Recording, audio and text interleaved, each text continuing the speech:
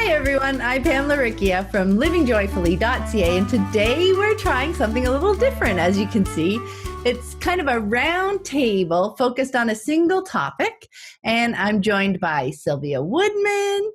Say hi. Joe Isaac. Hi. And Meredith Novak. Hi everyone. So this week we are going to dive into unschooling and food. It's a pretty frequent question on the listener Q&A episodes and around in the unschooling groups. So I thought it would be great to dedicate a whole episode to talking about it. So just to get us started, you guys have all been on the podcast before, and I will link to those episodes in the show notes.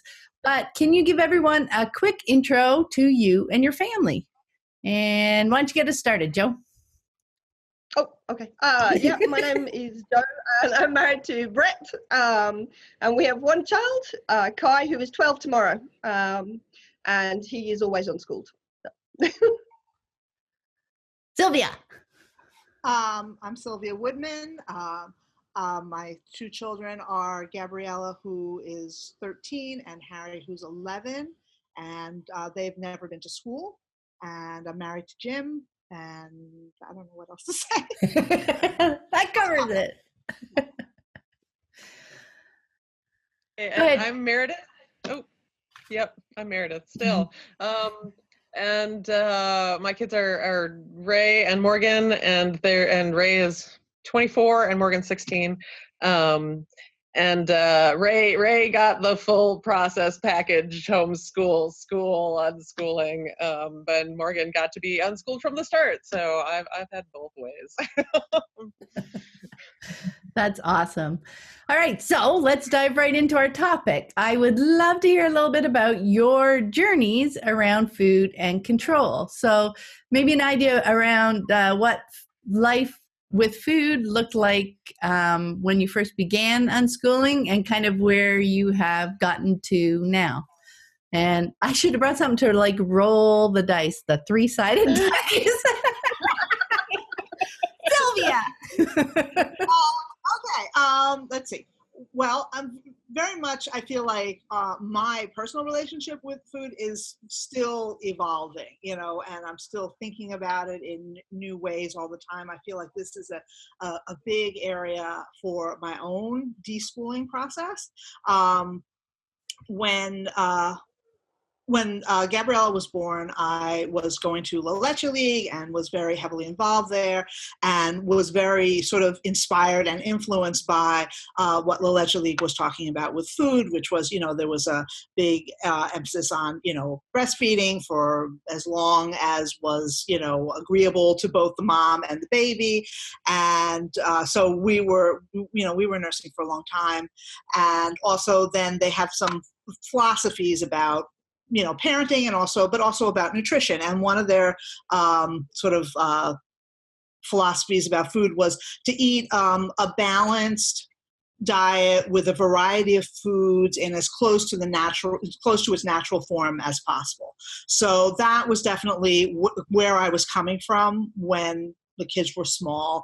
We were part of an organic community-supported agriculture farm share thing. There was a lot of spending the afternoon at the farm, picking strawberries, and and we've always liked to cook. So both Jim and I do a lot of cooking. We make a lot of things from scratch. But I've also been someone who has always sort of struggled with my weight, and my parents had a lot of issues around food, and so I had a lot of issues around food, and I was trying really hard not to pass that along to my kids. And that was, so happily, like, unschooling ideas sort of came in just to sort of intersect with these like La Leche League ideas. And so I don't want to say that the Leche League ideas were bad or wrong, or I threw them out completely, but it was more like the unschooling ideas kind of got added on, like, sure, organic strawberries are great, but you know what else is great? M&Ms, and, and it started with what really, because Gabriella as a baby tended to eat very much like she was born to be a yoga instructor. You know what I mean? Like, she really doesn't have much of a sweet tooth and never really did. She liked tart things. She liked sour things. She liked spicy things. But Harry, on the other hand, had a very, very limited palate. And really only now, like as he's hitting adolescence, are things really opening up and really branching out for him. But so I remember going to my first unschooling conference in 2009, and I think all weekend, all he ate was Hershey bars. He was still nursing at the time, but the only solid food that passed his lips was Hershey bars. And so I felt kind of embarrassed about this. I didn't want anybody to see because, I was with all of these other people and I desperately wanted to be doing it right.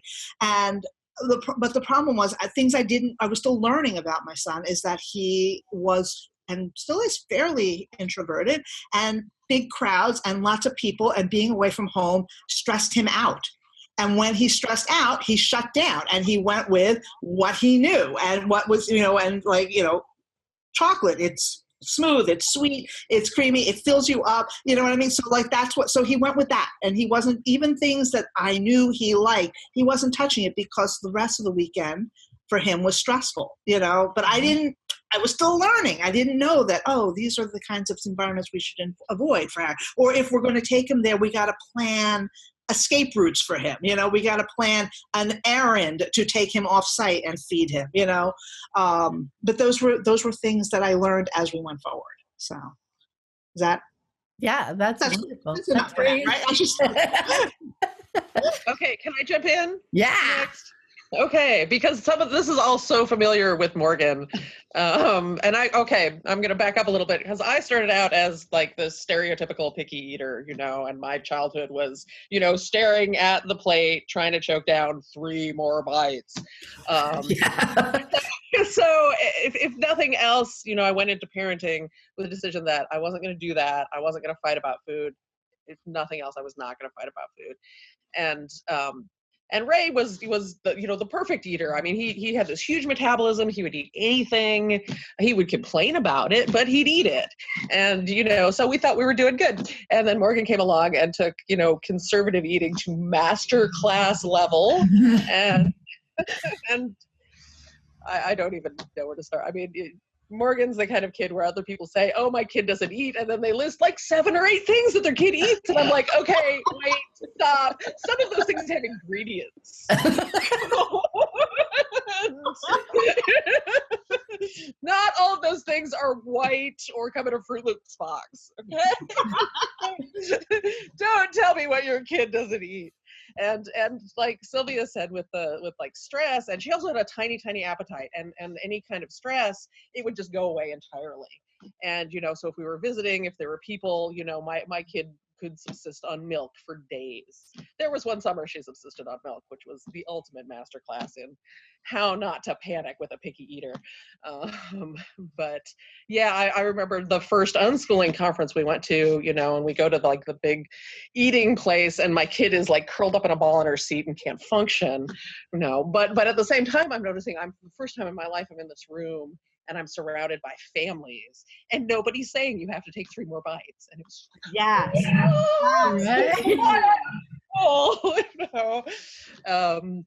So yeah, that a lot of my journey with unschooling and food was first of all dealing with a kid who really just didn't eat, and still at 16 we still sneak off and do a little happy dance when she tries a new food. All right, this month, oatmeal. No idea where she got the idea. The internet is a wonderful thing. She comes up and says, I want oatmeal.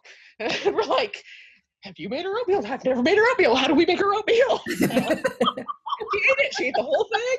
We haven't heard about it since, but new food this month. Yay, oatmeal. And she's 16 and we're still doing that happy dance.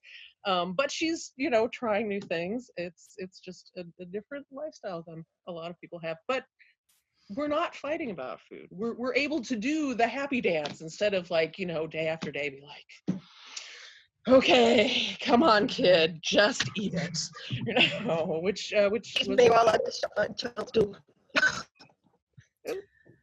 I know that feels like that would create so many relationship issues. Like she knows herself that she can walk up now and say, I want to try oatmeal, right? Because that's one thing I love is because you can see they're in a place where they get to make those choices for themselves. They don't feel like, oh, mom's been wishing that I tried oatmeal for the last 7 years and I'm finally going to capitulate to her, right? It's some tapes to be like, really? You were surprised by that? No, she doesn't know we're talking about this. But yeah, I mean, she can just, decide to try something, and it's not a big deal because we haven't made it a big deal. Quietly in the background, it's a big deal, but we haven't made it a big deal. We've let her, and I know health is further down the road, but especially when you have a kid who eats so few things, people are like, oh, what about their health? This kid is so healthy, it's unreasonable. I mean, she's tons of energy, very, very busy. When she was little, my neighbors once commented that she had 6-pack abs. She was out jumping on her trampoline. It was probably like hour 4 on the trampoline. You're like, oh my God, your kid has so much energy. And she's got 6-pack abs. How does that happen? I'm like, I don't know. She lives on air and sunshine and half a gallon of milk a day. That's it. That's so wonderful that, just learning about themselves and knowing what they need. And we just can't prescribe that. You would never come up with that plan, right? I want her to be healthy and energetic, so I'm going to feed her just milk for this. Right? Milk and cookies. But not animal cookies because she doesn't eat animals. Okay, Joe, how about you? I guess I was going to talk about what it first looked like when I had Kai, but everybody's talked about their food background, and I was pretty much like Meredith's daughter. I didn't really eat very much as a child, and my mom just remembers running around after me trying to feed me chocolate because I didn't want to eat anything else. And I was super, super skinny, and I didn't really eat much. I ate chocolate for breakfast until I was about 22. So every day I had chocolate for breakfast, usually a Mars bar. So with that in mind, and my mom really didn't ever control my eating at all. And I never was in a house where I had one more bite or anything like that. She always fed me whatever I wanted. So I don't know why I decided when I had Kai, I was going to be that mom. He was going to have no sugar and he was going to eat healthily. And I was like completely other way, going, my mom is a terrible person. And, is it because we all have to like do the opposite of how we were raised? I think so. Yes. And for the first year, Kai was really on board with that. He ate everything, and he was scooping his avocado out when he was a little baby, and then that all changed when he got a little bit older, and then he narrowed down as kids do, and ate what we I know Meredith said white foods, what we called the beige diet for about 5 years. So, bread and pasta and noodles and cereal. But yeah, we found unschooling when Kai was around 3. So I started to rethink food around then, and I think maybe when I did start to rethink it because of the way my mom had been and the way I had been, it came easier then. So so it wasn't too hard when I finally started to think, well, what am I doing here? Why am I? What's wrong with the cookie? And I remember the first time we took him to McDonald's, and I was kind of like holding my breath, like, oh, he's eating a McDonald's. And I'm like, what's going to happen? He ate a McDonald's, and then we moved on, and then that was it. So what it looks like now is everybody eats the food that they like. Kai used to almost always have a different dinner to Brett and I. He didn't really like, but he suddenly, I don't know, Sylvia just said that Harry's just sort of started to explore foods as well. And I know both of our kids really love bubble tea, and right. Yeah. Try and get them together at some point, like. Yeah, for sure. Now we can do this, right? Exactly. And it's been super fun. He's really exploring food, and for years he really didn't not want to eat out. So we would, if we wanted to eat out, we would take him somewhere else. But now he's the one that wants to eat out all the time, and financially that's become a bit of a problem. He's like, let's go to the Indian restaurant, or let's go to the Thai restaurant. And I'm like, oh, wow, yeah. So, but yeah, it's been a different, I kind of went backwards. And I guess what Sylvia said, I wanted to do the opposite to my mom. And I had a lot of conventional influences around me when Kai was little. There was no one who attachment parented when I had Kai. And they were all telling me, you'll need to control this and you'll need to do that. And, so I'm really glad we found Unschooling that he doesn't remember that time where I didn't make him a birthday cake on his first birthday. I'm glad he doesn't remember. So that's where we're at now. Experiments and eating out as much as we can afford. Yeah. Oh, that's cool. I know for us, one of the biggest things, I had the conventional messages, did that regular thing. It wasn't super controlling. So basically when I found Unschooling and we moved that way, it was just saying yes more, those occasional no's and gee, I don't think you should have that, those just kind of faded away. And I think the biggest thing for us, because as you're talking about, they have things that they like to eat. The way I ended up making dinner with 3 kids is I would just make a few things, we would have a veggie, a meat, a couple of veggies, whatever, a starch, whatever was being made. And I would make sure out of those, there was always something that each of them liked. If they didn't like that particular veggie, I knew they liked the potatoes that I was making or the meat or whatever. And I always, to this day, I still do it. I put out our food on the counter, and then they just dish up the bits that they want. It wasn't, everybody has to have something of each, or we have to fill up your plate and then you take it. It was always, okay, everything's ready, come dish up what you want, and then we eat. So that, as you were talking about the picking, it's Joseph had this amazing ability he could tell what was in things from the smell. He could tell if I changed a brand of an ingredient. Wow. I'll never forget the day I made meatloaf and he came in and he's like, there's something different. And it was a different brand of ketchup. He's like a super taster. Yeah. So it's just, honestly putting putting 4 or 5 things out. So, and knowing that there was 1 or 2 things that everybody was going to probably have. And, so that meant that got away from, I made this for dinner, eat this, or you go hungry, or you have to make something for yourself, right? There was usually something to pick from. And then the odd time, if we had to find something else, that was fine too. Okay. I just thought I'd share. Go ahead. I was just going to say, one of the things that has sort of evolved in what we're doing is right now, my kids are not on the same schedule as me. They're both things that when they were younger and they stayed up late, I stayed up with them. But now they don't need me as much late at night. So a lot of times they're up in the middle of the night when I'm asleep. So my focus right now is making sure that there's things that are prepared that they can fix for themselves with minimal stove cooking. I mean, eventually they'll get to the point where they'll want to do stove cooking. But right now, Mm-hmm. I would just assume them not have to when both Jim and I are sleeping. So I try to make sure that we always have things that they can make themselves sandwiches. We always have cereal.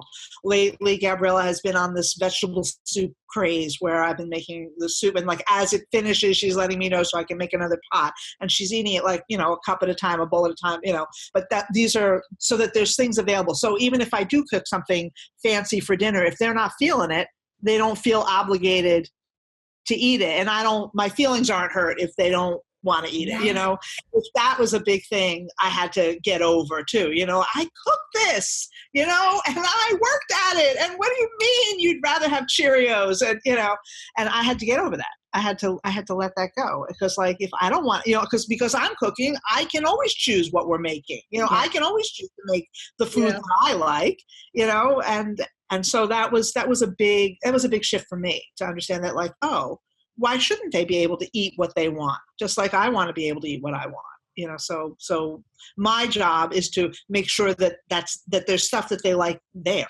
available. That was something we ended up doing a lot of when Ray was deschooling, because until then we really could say, look, just eat it, and he would, because he had this huge metabolism. It was you could fill up a plate and hand it to him, and he'd go and get 2 more because he just could, and he was always hungry. But then when we were deschooling, we found out that we'd created all this baggage in the relationship by directing his food that much. And when we started like dividing things up and even like making things and setting them aside so he could microwave later, even getting a microwave, because we lived the backwoods hippie life, we didn't do microwaves. but we had this like teenager who wanted to be up all night and take care of himself and make food that comes in bags and you pour water in it and stick it in the microwave. He thought it was the best thing ever. And it turned out to be like this great deschooling thing for all of us, because we could say, look, we got you the instant microwave food in the bag and a microwave to cook it in. Wow, we're all the same time. And now like that, Morgan's eating food that actually has to be cooked first. She's loving the microwave too, because she can do the same thing. She can go and make nachos is one of the foods this year. She can make herself a plate of nachos, and and it's great. It's like she has this power that lets her live her life and be who she is. Without needing. Right. Yeah. And it's like, she can still come and say, I need make me oatmeal. But, she can also, go through the stuff and go, oh, look, I can make something. She can claim this independence for herself, rather than having it either like shoved at her or, held back and going, no, I made it. You're going to eat it. And that's also like, I know that like Harry and Gabrielle, to some extent, are in this sort of stage where they want to do it themselves, but they also kind of like it when I do it for them too. And I get that. Yeah, well, we've had those kinds of conversations, right? It's like, and we talk about, sometimes it just tastes better when somebody else makes it, or sometimes it tastes better when you make it. It's those conversations are so fun, and sometimes.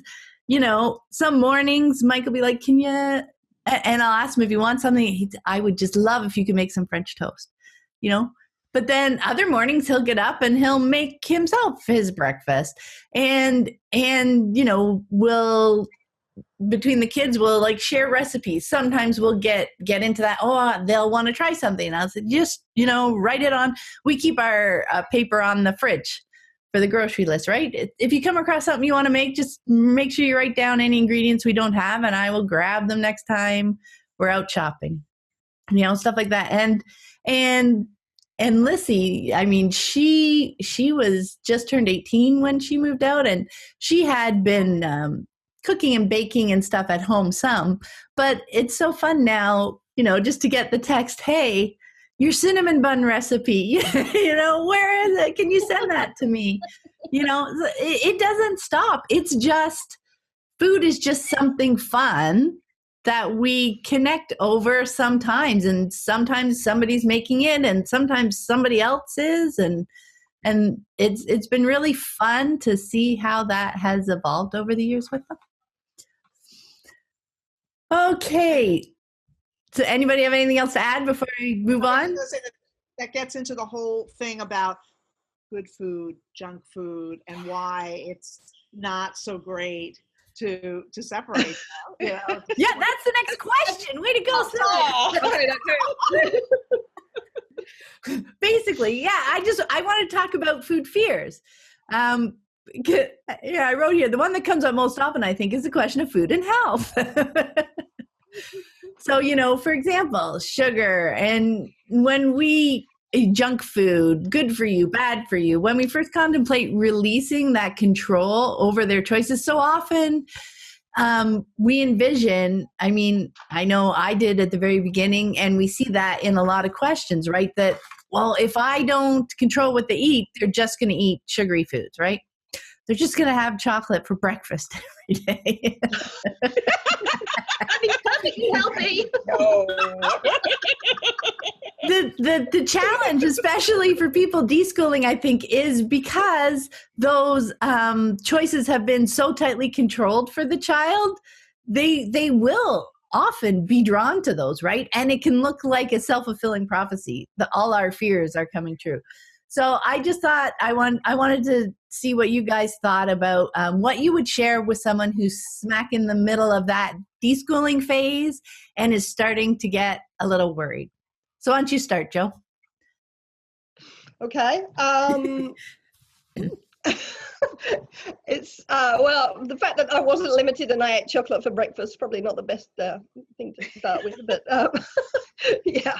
I think that people naturally are either drawn to, like Sylvia said, that Gabriella, she likes savory foods more, and then some people are drawn to sweet foods more. And sweet foods are good, and I think that the thing when people are deschooling and they hear this, they'll learn to self-regulate, like this magical thing, and self-regulation, and then what their child is going to eat is going to look exactly what the mom wanted it to look like, but the child will come to that realization on their own. And that just is not going to happen. And, well, maybe in rare cases there might be a few kids out there, but in Kai's memory, as I said, he's never been limited in foods, but he still eats a fair bit of sugar. I mean, he has ice cream every night, and he has a chocolate bar a day, which is quite funny because my husband was strictly regulated in terms of chocolate as a child and a young adult. So Kai has to hide his chocolate away from Brett, so Brett doesn't eat all his chocolate. So Kai's got like a little stash, and he takes one a day. It's kind of like he's come up with his own sort of tea break. He usually has his chocolate bar around 11 o'clock in the morning. But yeah, they're hidden away from Brett, or else we get peanut chocolate bars because Brett's allergic to peanuts. So, so that works pretty well. But yeah. I think, the one thing I'd say to people who are deschooling and they think all they're going to eat is chocolate is to just think, what would that look like? I mean, even me, I had chocolate for breakfast. I didn't just eat chocolate all day long, though. And what if a child did eat chocolate, nothing but chocolate for 2 weeks? What would happen? Nothing really would happen. A child would eat chocolate for 2 weeks and then really get fed up of it, I imagine, or feel maybe a bit sick.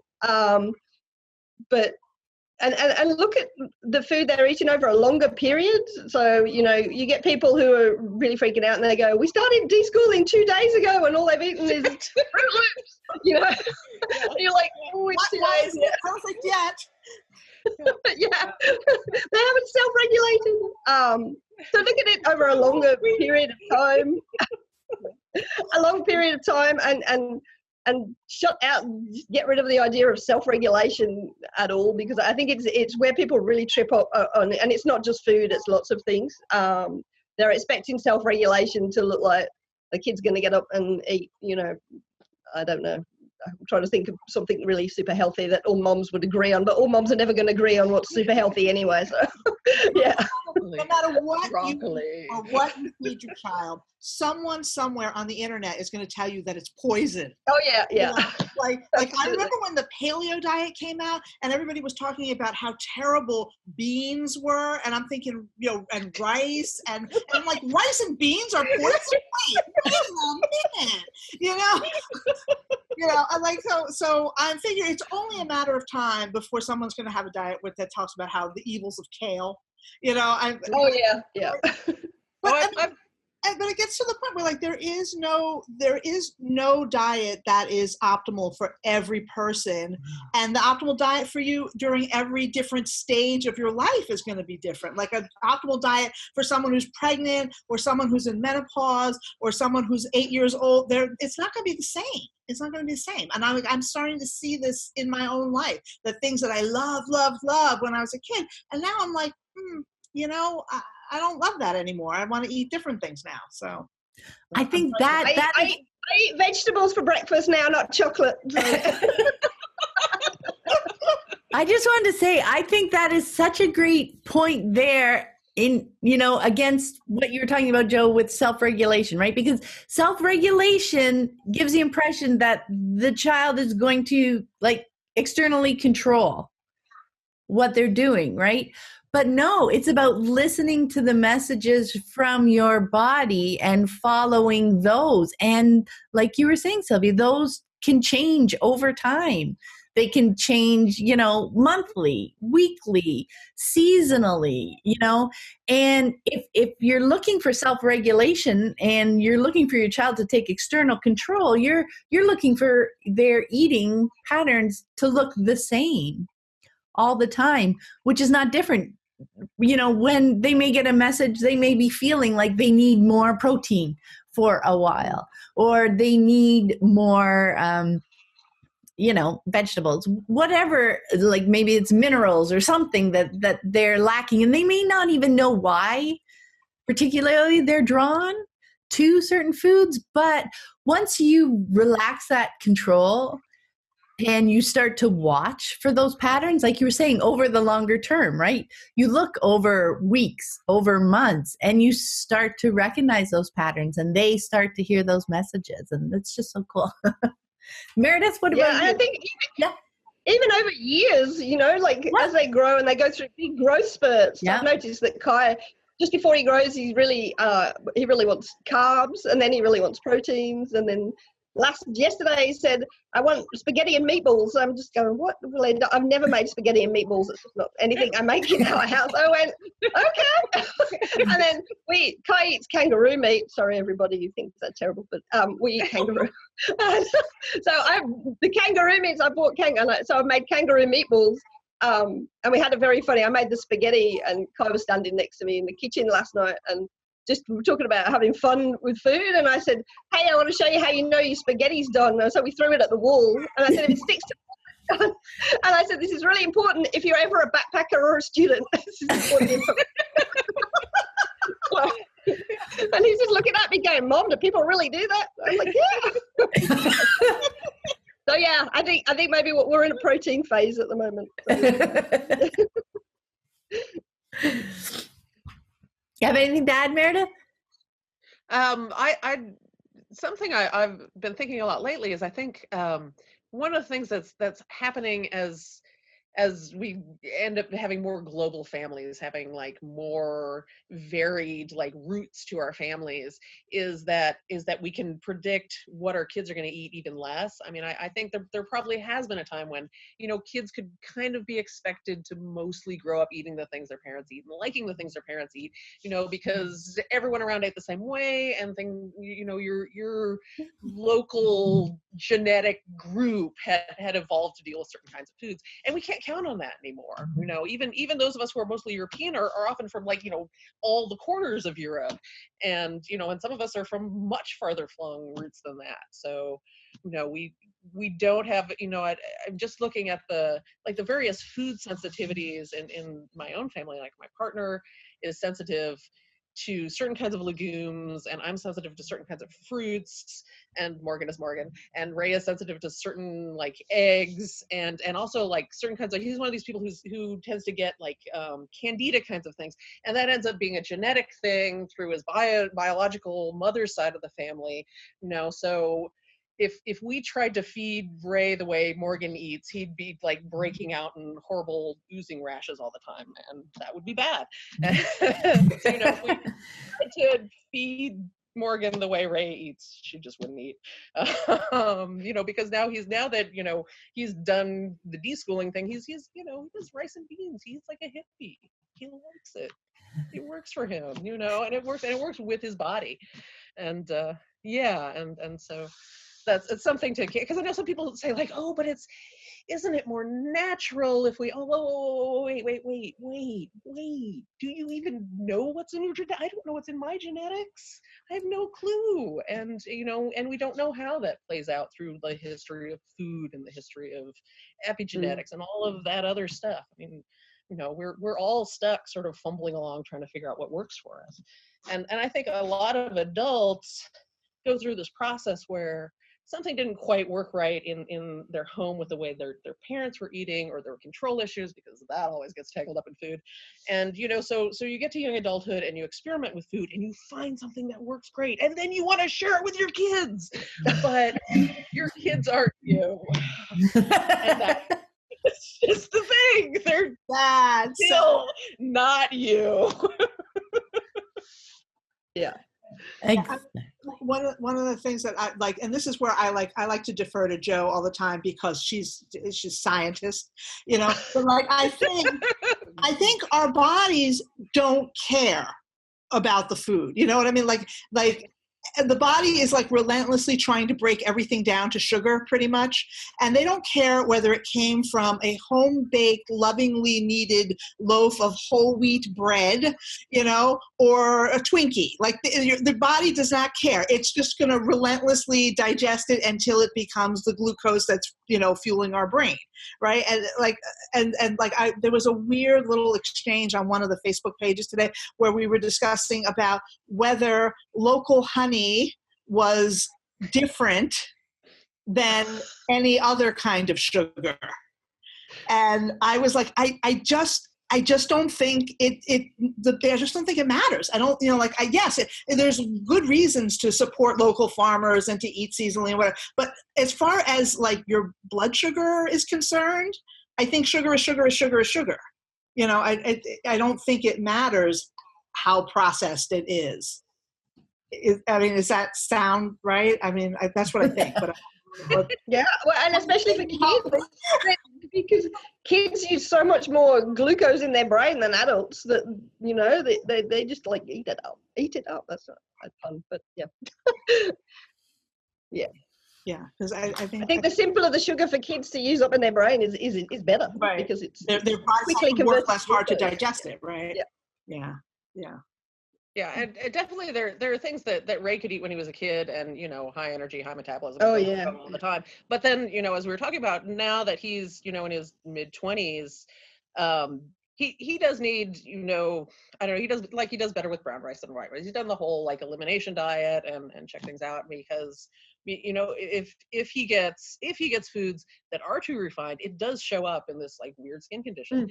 And so so those theories aren't nothing, but they don't apply in the same way to everybody. No. And they definitely through ages they change. Yeah. There's no way I could eat as much chocolate as I did when I was like 12.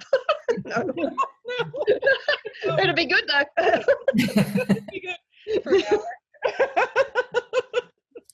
But yeah, actually, one thing I did want to talk about quickly about food fears, because it pops up sometimes, and we do have experience in our house, is allergies, because people use that as a as a thing to go, but we have good reason to be scared of food because we have allergies, and we have allergies. My husband, as I said, is allergic to peanuts. Kai became allergic to shellfish at the age of 6, just like this. But we still have not found that that's a reason to be scared of food. We don't see it. They don't see it as a limit because they don't want to eat food that's going to make them sick. Guy's got an EpiPen. He really doesn't want to have to use that. But we don't, I know people with allergies that go, oh, we could never go to a Thai restaurant. Well, we went to a Thai restaurant with shellfish allergy and peanut allergy. So, and we all had a really good time and everybody got something they could eat.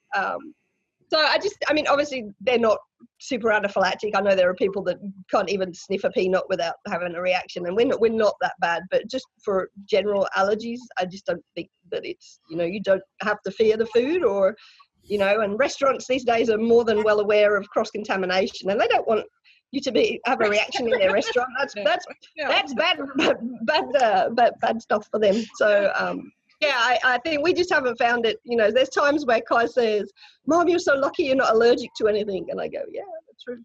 But again, it's genetics. It's genetic on Brett's side of the family. But yeah, we haven't found that it's really limited us in any way having allergies. We just work around it. It's pretty easy. Yeah, along that lines too, Michael's got type 1 diabetes. That was not a reason to need to control his food. That's something that I would see in a lot of the groups and stuff, where all of a sudden the parents feel like they need to hyper control their child's food, right? But it doesn't need to be. He can still listen to his body. It was just amazing how he can feel his highs and lows in his body. He knows what the clues are from the messages from his body, not just from literally taking his blood sugar as well, right? And being able to, still eat what he wants, because they can, you still just, you live your life, right? And so being able to know what he eats and to be able to take the insulin that he needs for it and to feel how his body reacts to it, that was all great learning for him in how to manage his body.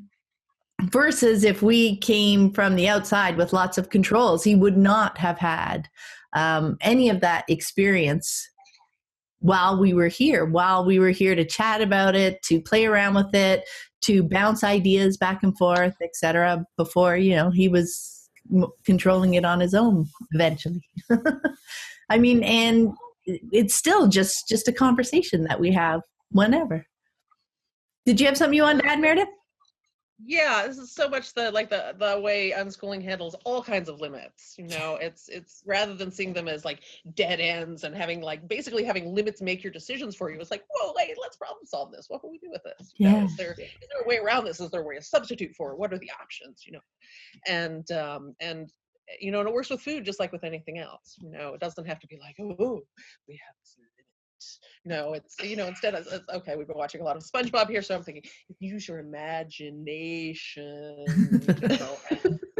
Limits are this portal to the world. We can problem solve, but they're like the playground equipment of life. We can climb over them or through them or decide not to climb today. I know, when you get down to it, it's the same with any question, right? Whether it's food or any issue that you feel the pull to control. It comes back to, no matter what it is, it comes back to, giving them the space to learn about it and the imagination and the creativity and all the different things you can do instead of control it, that open up your world so much more than close it down, right? I think there's also an aspect of this is, and I'm sort of just, I didn't plan to say this. I'm just thinking about this as I'm talking, which could be dangerous. But I think that sometimes we live in a time of incredible food abundance. It's like in 100 years ago, it wasn't possible to get asparagus, in February, it wasn't possible to get fruits all year round. What you had in the wintertime was really limited, or in the summertime if you were in the southern hemisphere. But, but you know what I mean? So now really everything is available all the time.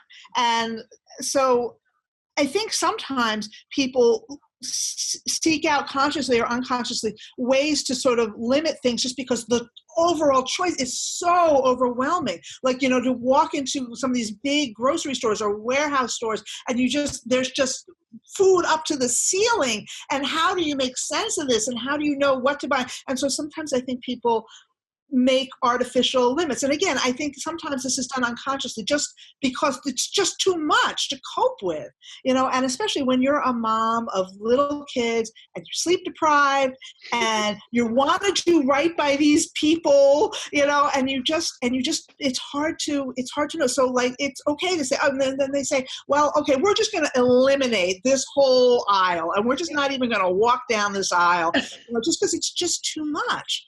And I feel like that's important to acknowledge, that sometimes it really, the limits are coming from us, that it's just a way, it's our own sort of way that we're trying to cope with the world.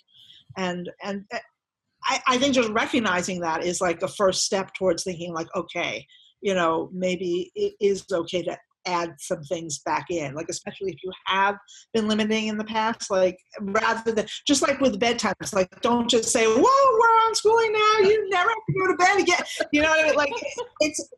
like, I think, again, it's the sort of like, and again, this is a sort of an idea from Will Etchley, which was the weaning advice, which is don't offer, but don't refuse, and I think that was sort of how more foods worked their way into our house, which was, I wasn't going out and saying, hey, let's get these Twinkies. It was sort of like, if the kid was with me in the store and they said, oh, I would like to try this, I wouldn't say no, but I wasn't running to, fill up the cabinets from floor to ceiling with food that the kids might not even want, like, it was more like I tried to let them, let their curiosity drive. Yeah, I love that, because it started, we do have our natural, constraints isn't the right word, but our own filters, right? Which we just maybe don't walk down that aisle, but that's exactly it. It's not interfering with life, but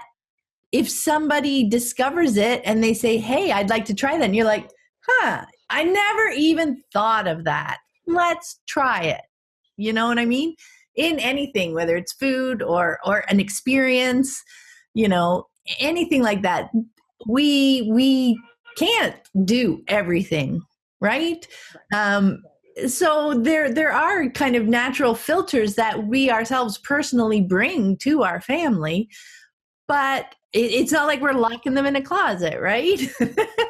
They're going to find things and find different things that they're going to want to explore. And yeah, you don't refuse. You don't need to say no. You can, look, let's widen our world a little bit.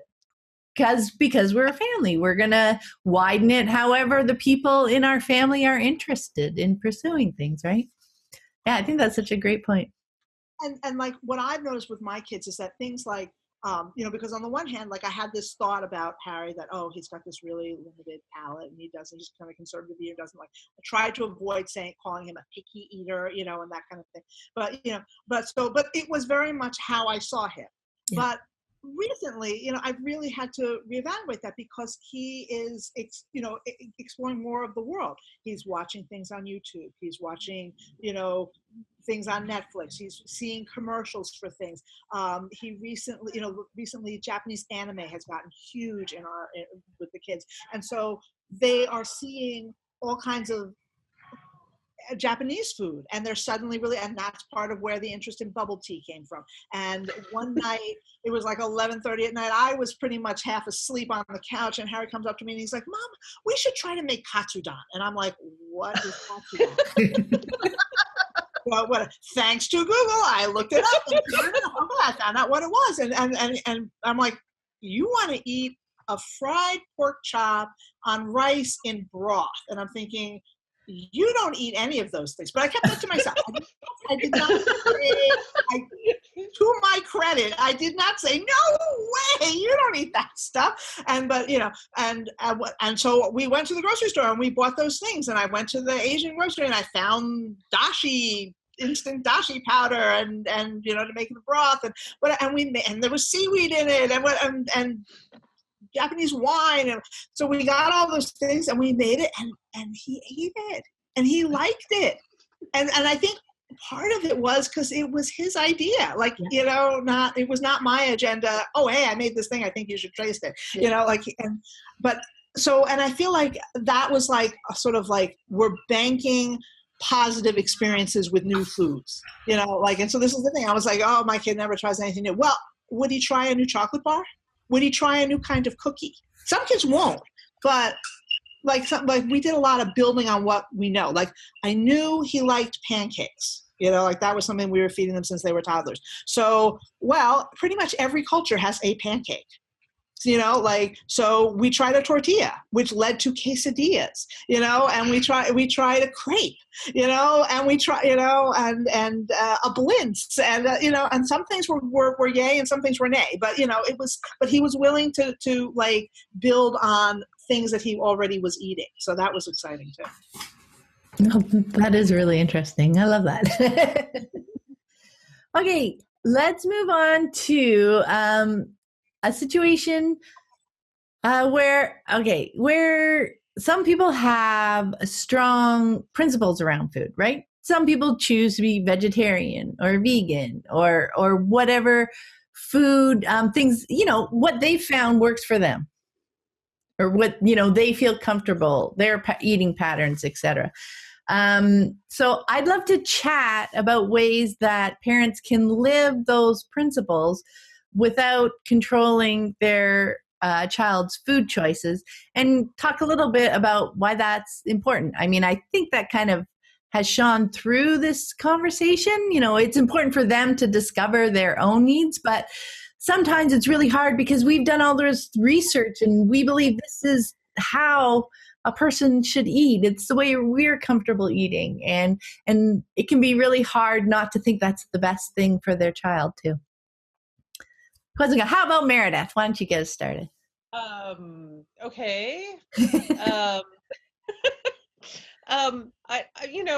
talked a bit about how, we know kids are going to try things, and I don't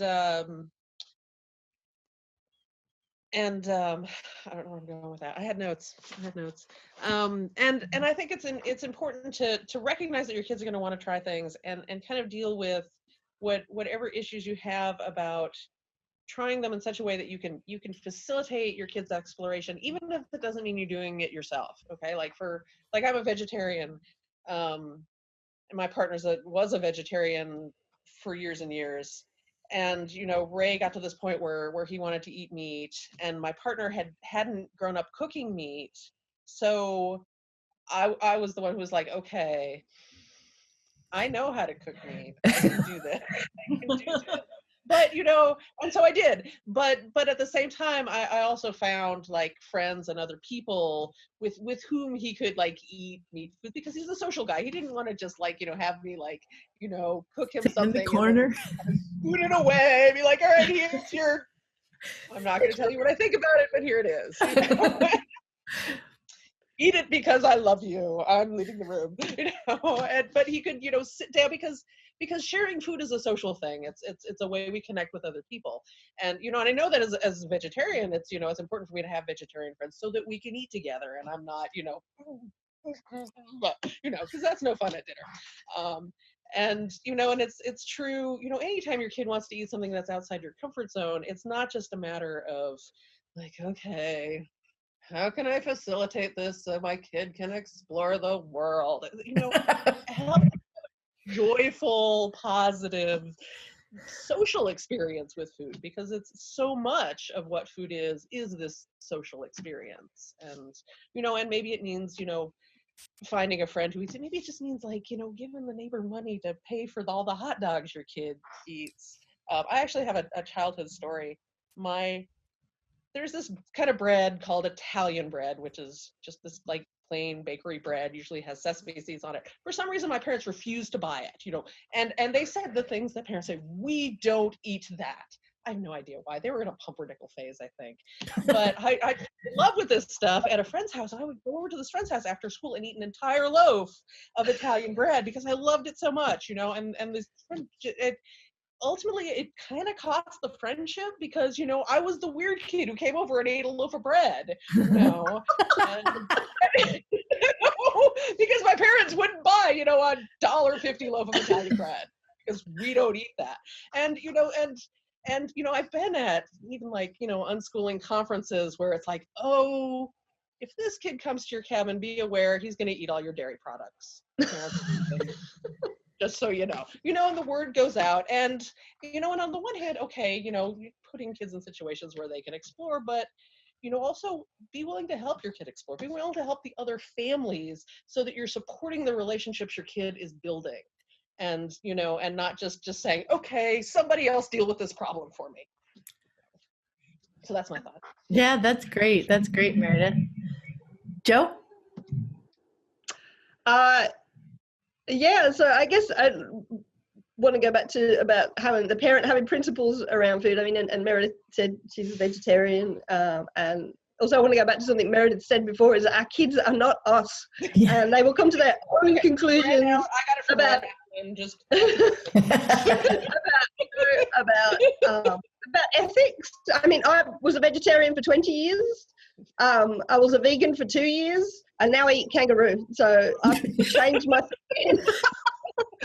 But that's all me. That's all, those are things that are going on in my head about animal welfare and ethics and sustainability and all those kinds of things. But they're for me. They're not for everybody else. Brett eats any kind of meat. Brett pretty much eats anything, except legumes. Can't eat legumes, and he can't eat peanuts. So, and Kai over the years has eaten lots of meat. Then he kind of went off it, and now we will eat chicken and kangaroo. So those are his things to come to. Whether he's just going to go straight back onto all meat or become a vegetarian, I don't know. But I just think you can't, by forcing a child to be a vegetarian or a vegan, you're pretty much guaranteeing that they're just going to, go straight out to McDonald's as soon as they're 14 and they're off at the mall on their own, So, I just think, and it's, if you don't like cooking meat, then that can be a problem. But I think that, as Meredith said, there are ways around that as well to get them to experience the things that they want to experience. I can say this now. So tonight we're taking Kai out for Korean barbecue because he's wanted to go for Korean barbecue for ages, and so we're taking it. It's a surprise. He's got his earphones on now, so he can't hear me. But it was really hard because Korean barbecue is all meat, right? And it's mostly pork and beef. And Kai doesn't eat pork and beef; he only eats chicken. And so I had to call like 10 Korean barbecues, going, "Do you have?" Because he really wants to cook it on the table. So, and lots of them didn't have chicken that you could cook on the table. So I ended up calling like 10 places going, "Do you have chicken that we can cook on the table?" Right?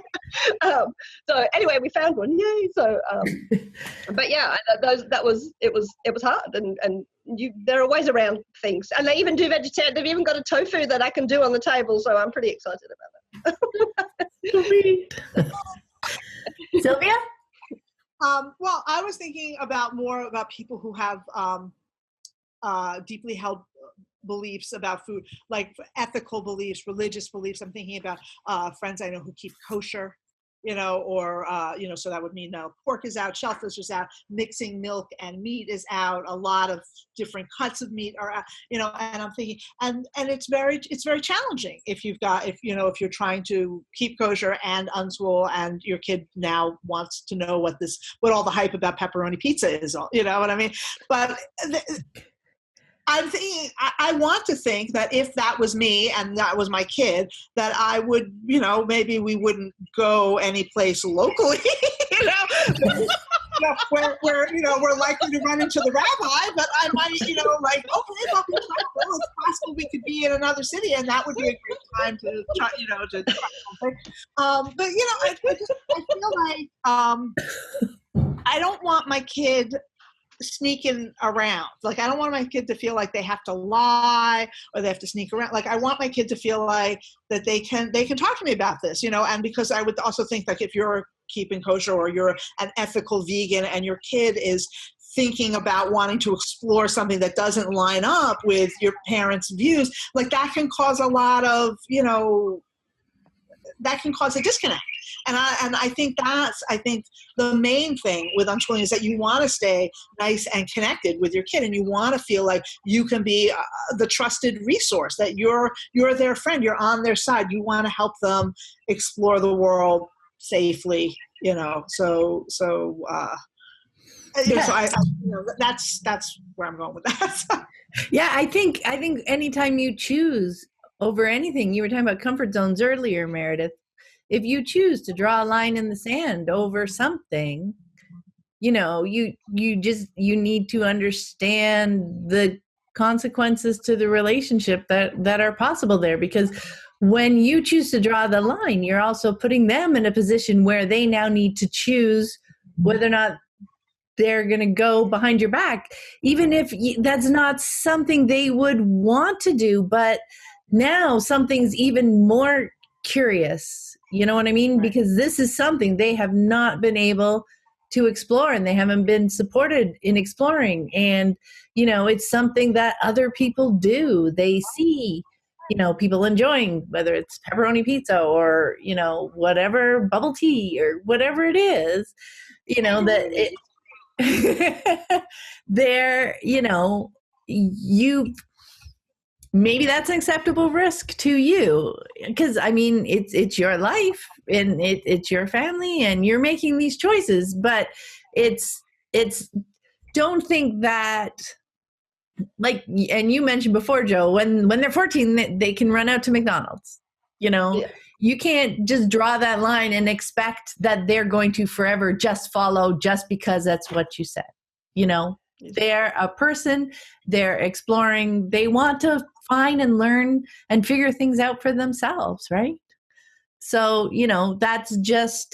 that's why I love the idea of just figuring out ways to try and facilitate them exploring for themselves, even if it's not something we would do. And I loved your point, Meredith, about how, facilitate and support the other people and the relationships that they're having outside, not just, here, you guys take him because he wants to try meat. I think that's such a great point. You can facilitate that and set it up and talk to the other family and, slip them a few bucks for the extra food that they pick up for them or whatever. Because you know what? Then they're going to be, instead of like, why the heck is he, coming here and eating lots of that and acting strange? But no, they can be so much more supportive of it. It's like, oh, hey, look, I hear you wanted to try this and blah, blah, blah. So it can just be such a better relationship, even that exploration with somebody else, when you set the foundation for it. And I just want to say it goes the other way too, because Lissy, I think she was 10 or 11 when she's still a vegetarian. So sometimes your kids. I was just going to say that. I told my mom when I was 13 I wanted to be a vegetarian, and my mom was like, "What are you going to eat?" And she was like, and then she said, "Can you still eat chicken roast on Sundays?" I'm like, "No." That's the running joke here. We'd go to family dinners and they would always say, "But she eats chicken, right?" Or right. "She eats fish, right?" Yeah, my grandmother was, "It's just ham." But it's just ham. It's not like a speech. Okay, guys, this has been a wonderful conversation. I'm just going to go to each of you and see if there's like one more little food thing that maybe we haven't touched on that you wanted to make sure to share, or just say pass. Sylvia, why don't you go? I don't have any like closing remarks. I kind of feel like I've said a lot already. Yeah. No, exactly. I just wanted to make sure I didn't leave anybody hanging. How about I say, does anybody else have anything else they'd like to add? Well, so. Well, that was awesome. I had a lot of fun for our first roundtable on a topic. Yay! This was so much fun. It was so fun. Yeah. And thank you guys so much. I know we were arranging people in so many different time zones. Good morning, Joe. I am in my pajamas, by the way. I slept in the shirt. I can't show you my pajamas, but I am wearing pajamas. That's awesome. Thanks so much, guys. Have a wonderful day or evening or all those things.